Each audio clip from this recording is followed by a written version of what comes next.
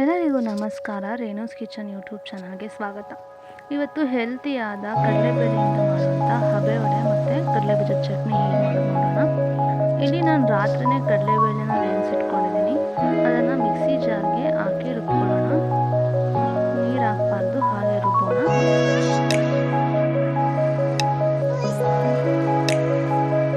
ಹೀಗೆ ತರಿಯಾಗಿ ರುಬ್ಕೊಂಡ್ರೆ ಮಸಾಲೆ ವಡೆ ತುಂಬ ಚೆನ್ನಾಗಿರುತ್ತೆ.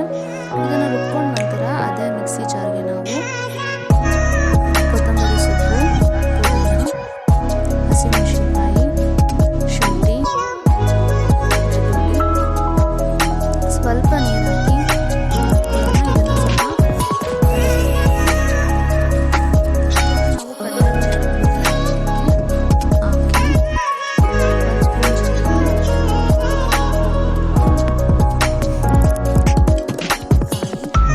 ಇದನ್ನು ಸ್ವಲ್ಪ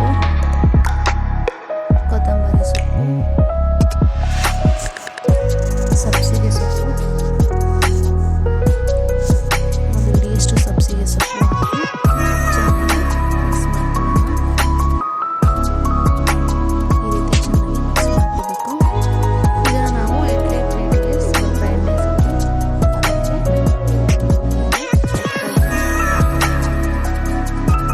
ಇದು ತುಂಬ ಹೆಲ್ತಿ ಆಗಿರುತ್ತೆ, ಆರೋಗ್ಯಕ್ಕೆ ತುಂಬ ಒಳ್ಳೆಯದು. ತುಂಬ ಈಸಿಯಾಗಿ ಮಾಡ್ಬೋದು, ಬ್ರೇಕ್ಫಾಸ್ಟಿಗೆಲ್ಲ ಮಾಡ್ಕೋಬೋದು, ತುಂಬ ಚೆನ್ನಾಗಿರುತ್ತೆ. ಹೀಗೆ ಇಡ್ಲಿ ತಟ್ಟೆಗೆ ನಾವು ಎಣ್ಣೆ ಸವರಿ ಈ ಥರ ಸ್ವಲ್ಪನೇ ತಗೊಂಡು ಹಾಕೊಳ್ಳೋಣ.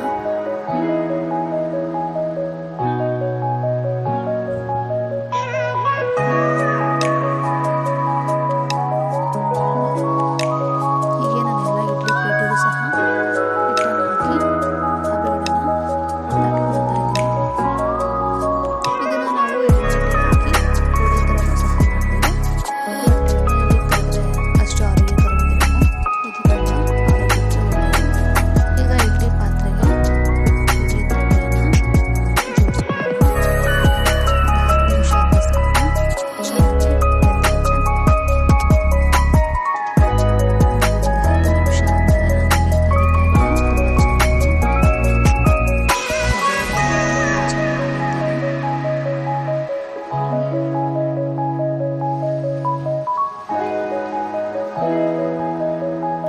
ಒಂದು ಸ್ಪೂನ್ ಸಹಾಯದಿಂದ ನಾವು ಒಂದೊಂದೇ ವಡೆನ ತಗೊಳ್ಳೋಣ. ಎಷ್ಟು ನೀಟಾಗಿ ಬಂದಿದೆ. ಇಡ್ಲಿ ತಟ್ಟೆಗೆ ಸ್ವಲ್ಪ